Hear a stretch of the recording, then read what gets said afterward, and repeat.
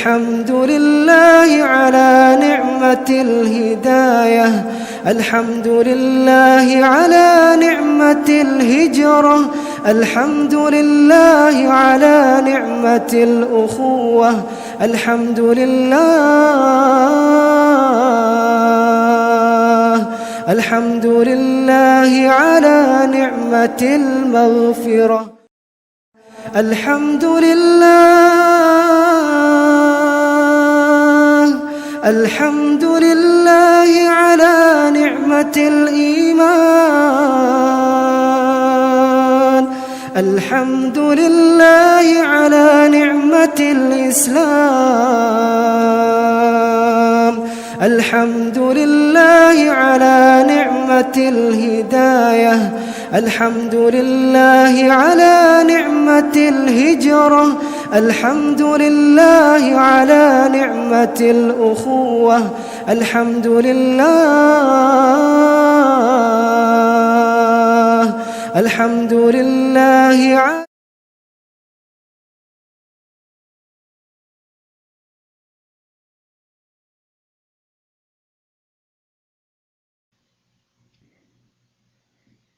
السلام علیکم ورحمۃ اللہ وبرکاتہ، نحمدہ ونصلی علی رسولہ الکریم، اما بعد فاعوذ باللہ من الشیطان الرجیم، رب اشرح لی صدری ویسر لی امری واحلل عقدۃ من لسانی یفقہوا قولی، ربی یسر ولا تعسر وتمم بالخیر۔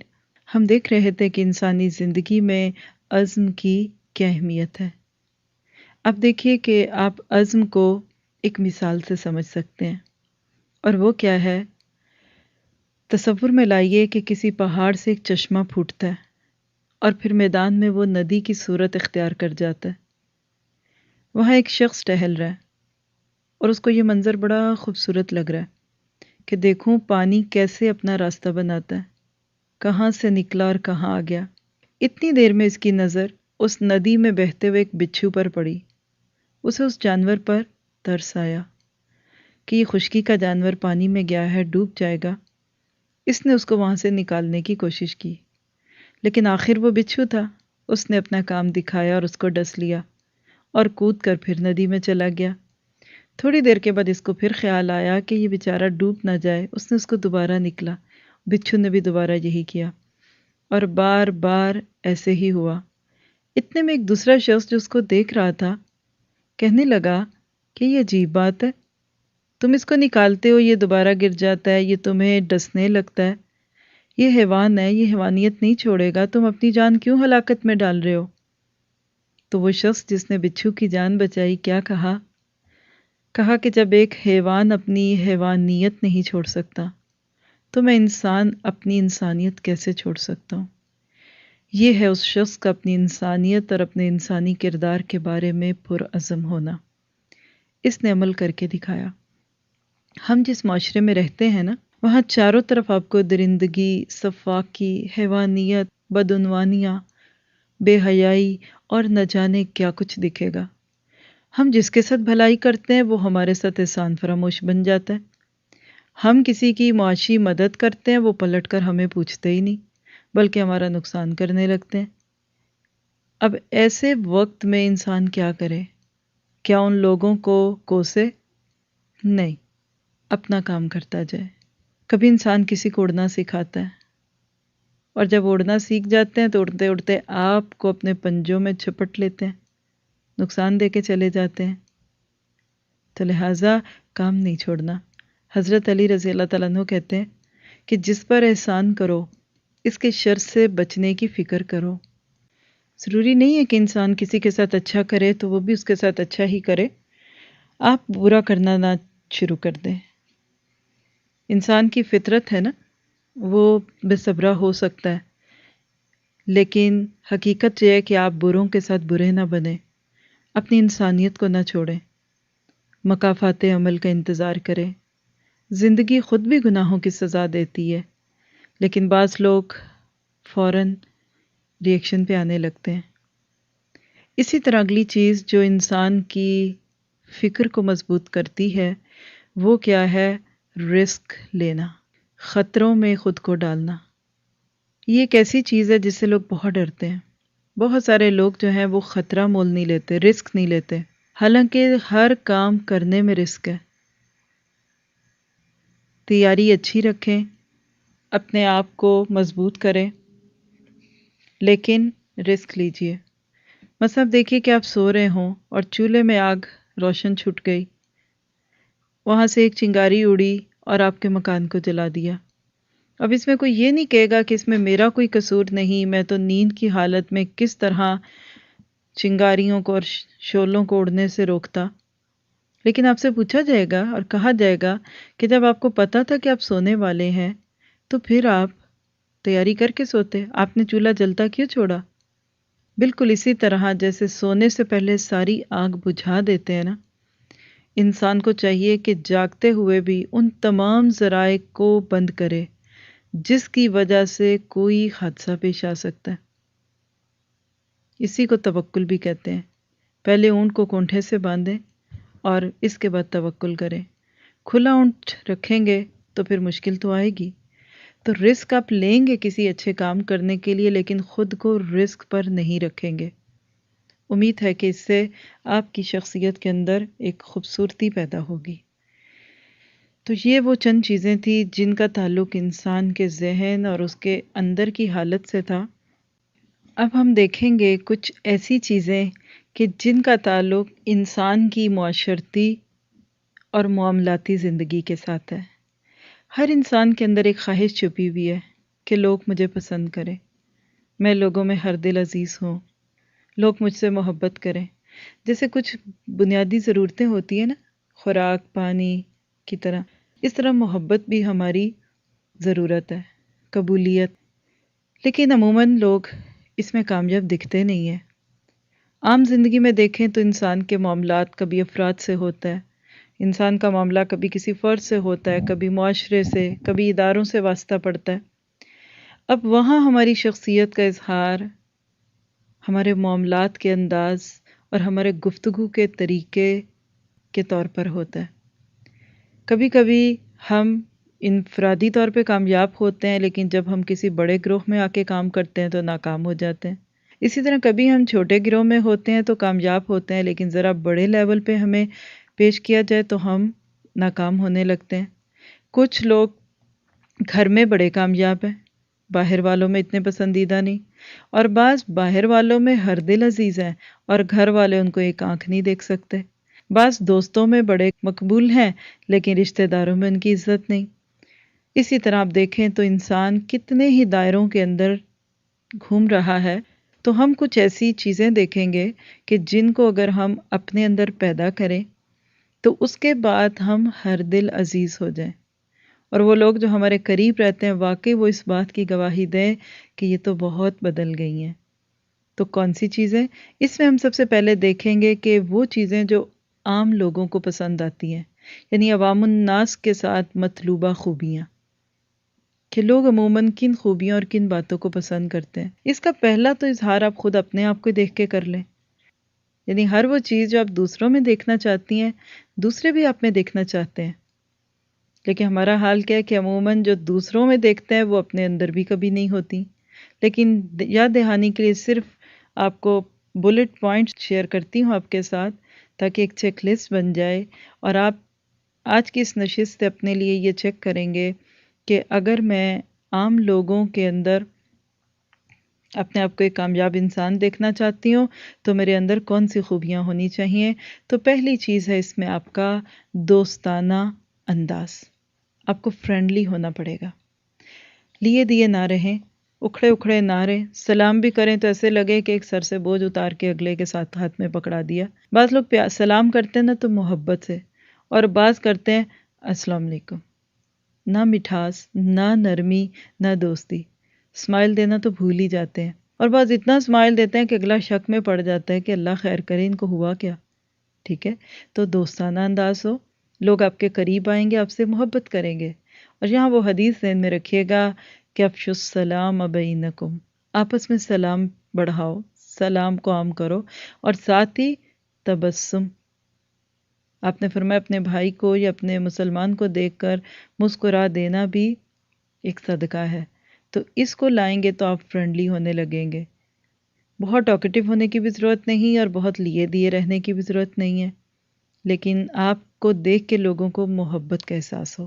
دوسری چیز جو لوگوں کو عموماً پسند ہوتی ہے وہ ہے انصاف پسندی. اب اس میں انصاف وہ نہیں ہے جو ترازو میں رکھ کے ایک پلڑے میں 5 کلو کا باٹ ہے اور دوسری طرف 5 کلو چیز ہے. نہیں، اپنی غلطی کا اعتراف کرنا اور دوسروں کی اچھی بات کو مان لینا، یہ بھی انصاف پسندی میں آتا ہے.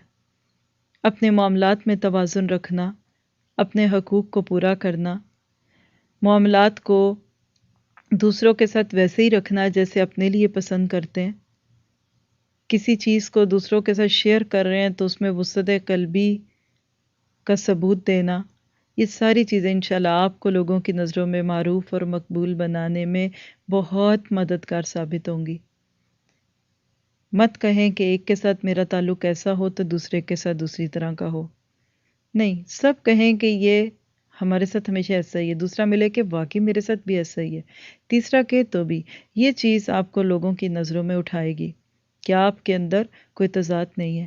ٹھیک ہے، تعلقات کی جگہ ہوتی ہیں اور بعض لوگ ایسے ہوتے ہیں جو نجی معاملات میں آتے ہیں تو وہ ان کو پیرنٹ بھی دکھ سکتا ہے، لیکن انسان کا فرق پتہ چل جاتا ہے. مثلا 2 بچے ہیں تو دونوں میں آپ کی انصاف پسندی ان دونوں کی صلاحیتوں اور ان کے معاملات کے مطابق ہوگی. ٹھیک ہے. تیسری چیز باہمی تعاون. آپ جن لوگوں کے ساتھ رہتے ہیں نا ان کے ساتھ تعاون کی کوشش کریں، لیکن ایسا نہ کریں کہ آپ اپنے کام کو قربان کر کے دوسروں کا تعاون کریں اور آپ دوسروں کی دنیا بناتے بناتے اپنی آخرت تباہ کر لیں. تعاون کیا ہوتا ہے؟ ضرورت کے وقت ساتھ دینا، ان کے معاملات پر حاوی ہونا اور مداخلت کرنا یہ مراد نہیں ہے. کیونکہ بعض دفعہ جب ہم کوآپریٹو ہوتے ہیں نا تو اگلے کی پرائیویسی ختم کر دیتے ہیں، ہر بات بے بات میں ہم اپنے آپ کو پیش کر دیتے ہیں. ایسا نہیں کرنا. سورۃ مائدہ میں بھی آتا ہے نا کہ تعاونوا علی البر والتقوی، نیکی اور تقوی میں ایک دوسرے کی مدد کرو. ٹھیک ہے، اور اسم اور عدوان میں تعاون نہ کرو. اگلی چیز ہے اعتماد کے قابل.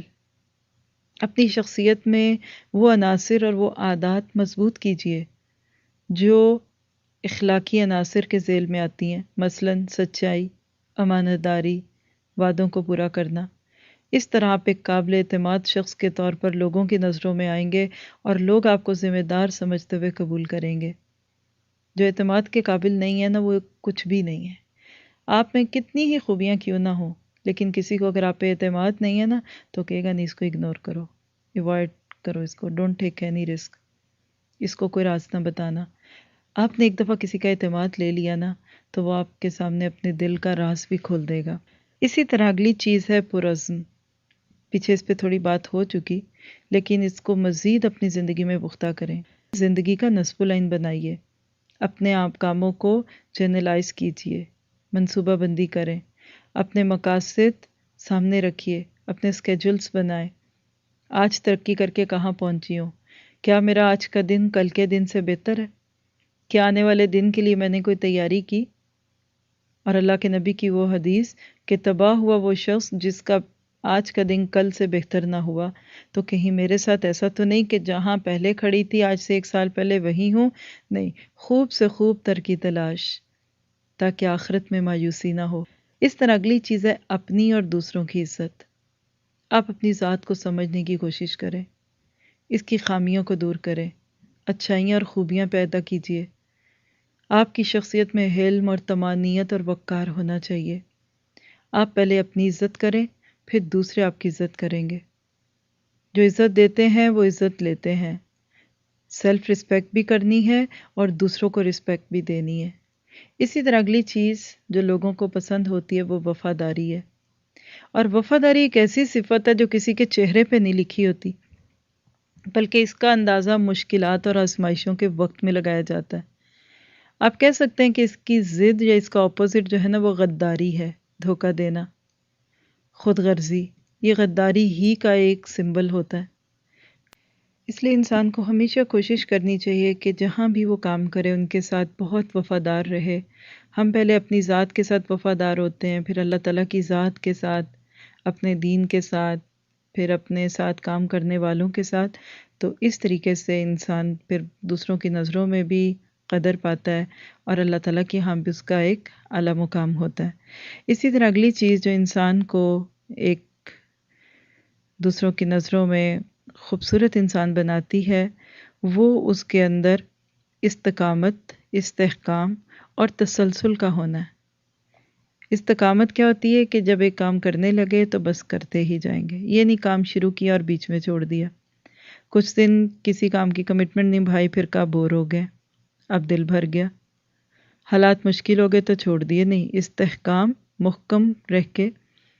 ایسے ہی لوگ جو ہوتے ہیں نا یہ لوگوں کی نظروں میں پھر مشہور ہوتے ہیں کہ یہ کمٹمنٹ کے بندے، مین آف پرنسپل آپ کہہ لیں۔ تسلسل، یہ نہیں کہ جوش میں آئے تو خوب کام کیا اور جب ہوش آیا یا کچھ دن بالکل غائب ہی ہو گئے، شکل بھی نہ دکھائی، بغیر بتائے آپ ادھر ادھر ہو گئے، یہ نہ کیجیے۔ اس طرح اگلی چیز ہے شائستگی اور تواضع۔ ہر انسان کو کوشش کرنی چاہیے کہ اپنی شخصیت میں نکھار پیدا کرے، گفتگو میں بہت شیرینی ہو، چہرے پہ مسکراہٹ ہو، لباس میں سادگی، متانت اور ایک خوبصورتی کا تاثر ہو، یہ چیزیں بھی انسان کی ترقی کی رفتار کو بڑھا دیتی ہیں۔ اسی طرح دور اندیشی ضرور ہونی چاہیے اپنے فیصلوں اور اپنے معاملات میں۔ اب دیکھیں کہ اب کتنے دور اندیش ہیں، جذباتی طور پہ فیصلے کرنے، جلد بازی میں باتیں منہ سے نکالنی یا انتقام لینا، یہ اچھی بات نہیں ہے۔ اپنی شخصیت میں ٹھہراؤ پیدا کرنا چاہیے، ایسے لوگ پھر زیادہ پسند کیے جاتے ہیں۔ اسی طرح اگلی چیز ہے آواز کا بہترین استعمال، یہ سیکھنا ہے ہم نے، اس کے لیے تربیت کرنی پڑتی ہے، خود کو ٹرین کرنا پڑتا ہے۔ انسان بات کرے تو اس کی آواز میں ایک مٹھاس ہو، الفاظ اس کے جو ادا ہوں وہ چنے ہوئے لفظ ہوں، جیسے موتی چنے جاتے ہیں نا، اس طرح الفاظ کے چناؤ کا انسان کی شخصیت پہ بہت گہرا اثر پڑتا ہے۔ خاص طور پہ جب کہیں آپ ایسی جگہ پہ لوگوں سے انٹریکشن کرتے ہیں جہاں وہ آپ کو دیکھ نہیں پاتے، اس میں بھی یہ چیز بہت اہم کردار ادا کرتی ہے، کیونکہ انسان کی آواز سے ہی اس کی پرسنالٹی کا ایک سکیچ لوگوں کے ذہنوں میں بنتا ہے۔ اس طرح پھر بات کرتے ہوئے اپنے ہاتھ اور انگلیوں کا مناسب استعمال کرنا، مسکراہٹ، یہ انسان کو ہر دل عزیز بناتی ہے۔ پھر اسی طرح ایک اور خوبی جو ہو سکتی ہے وہ کیا ہے کہ لوگوں کو سمجھنا اور ان سے ہمدردی کرنا، یہ بھی ایک بہت خوبی ہوتی ہے جو اللہ کسی کو عطا کرتا ہے۔ لوگوں کی باتیں سننا، ان کو سمجھنے کی کوشش کرنا، یہ ایک بہت بڑی صلاحیت ہے، اس کو کوشش کر کے انسان اپنے اندر لا سکتا ہے۔ ان کی ضرورتوں کا خیال رکھنا، ان سے کام لینا، ان کو کام دینا، یہ آپ کو بامقصد انسان بھی بناتے ہیں، اور وہ لوگ جو کام کرنے کے متلاشی ہوتے ہیں وہ آپ کو ایک مسیحا کے روپ میں دیکھتے ہیں کہ آپ نے ان کو اس کام کے لیے چنا اور ان کی چھپی ہوئی صلاحیتیں ابھری اور وہ لوگوں کے لیے بافائدہ ہو گئے، کارآمد ہو گئے۔ پھر اسی طرح ایک اور چیز جو بہت ہی اہم رول ادا کرتی ہے وہ ہے مل کر کام کرنا اور کنٹرول رکھنا۔ کوئی انسان تنہا کچھ نہیں کر سکتا، انسان کو گروہوں کی بھی ضرورت ہوتی ہے، افراد کی بھی ضرورت ہوتی ہے، تو ٹیم ورک میں کام کرنا یہ انسان کے لیے بہت ہی ضروری ہے۔ اس سے کیا ہوتا ہے کہ لوگوں کی صلاحیتوں سے بھی آپ فائدہ اٹھاتے ہیں اور آپ بھی اوور برڈن نہیں ہوتے۔ پھر اگلی چیز جو انسان کو فائدہ دیتی ہے، نظم و ضبط، اپنی زندگی میں بھی پیدا کرنا ہے اور اپنے رویوں میں بھی توازن، اعتدال۔ انشاءاللہ اس سے آپ اپنے مقاصد کو بہت اچھی طرح حاصل کر سکیں گے اور غیر ضروری محنت سے بچ جائیں گے۔ اور ایک آخری بات جس کا عوام الناس کے ساتھ تعلق ہے آپ کی کامیابی کا، وہ کیا ہے کہ صلاحیت اور رویے۔ اپنی ذات میں اور اپنے کام میں معاملات کے حوالے سے صلاحیت پیدا کیجیے۔ کون سی؟ کمپیٹنس، ایکسیلنسی کے درجے پہ۔ ادھورے کام، کچھ کیا کچھ چھوڑا، آدھا پڑھا آدھا نہیں پڑھا، صحیح بتایا آدھا بتایا نہیں بتایا، یہ نہ کریں، چل چلاؤ نہ کریں۔ کام دو طرح سے ہوتے ہیں، ایک ہوتے ہیں ایکسیلنسی کے درجے پہ اور ایک ہوتے ہیں چل چلاؤ۔ تو چل چلاؤ نہ کریں، جو کام کریں اس میں اپنی اٹ موسٹ کوشش کر دیں، اور یہ آتی ہے علم، عمل اور تجربے سے۔ جتنا آپ ان تین چیزوں میں آگے بڑھتے جائیں گے، آپ کی لوگوں سے انٹریکشن ہوگی، آپ لوگوں کا خیال رکھیں گے، اتنے ہی آپ کامیاب ہوں گے، اور یہی چیزیں انشاءاللہ آپ کے لیے پھر عملی زندگی میں رہنمائی کا ذریعہ ہوں گی۔ تو آج یہیں پہ رکتے ہیں۔ اللہ تعالی ہم سب کو اس طرح کا انسان بنائے کہ ہم اللہ تعالیٰ کی نظروں میں بھی پیارے ہوں اور اللہ کے بندوں کی بھی محبتوں کو حاصل کر سکیں۔ سبحان ربک رب العزت عما یصفون وسلام علی المرسلین والحمد للہ رب العالمین۔ السلام علیکم ورحمۃ اللہ وبرکاتہ۔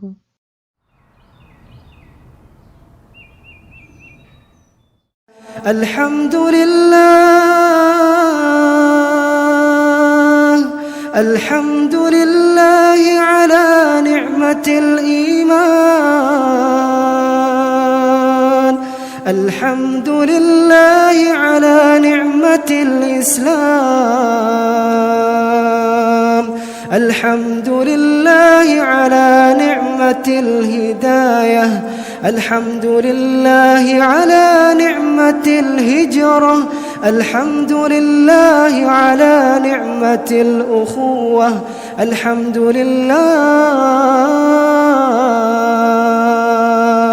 الحمد لله على نعمة المغفرة، الحمد لله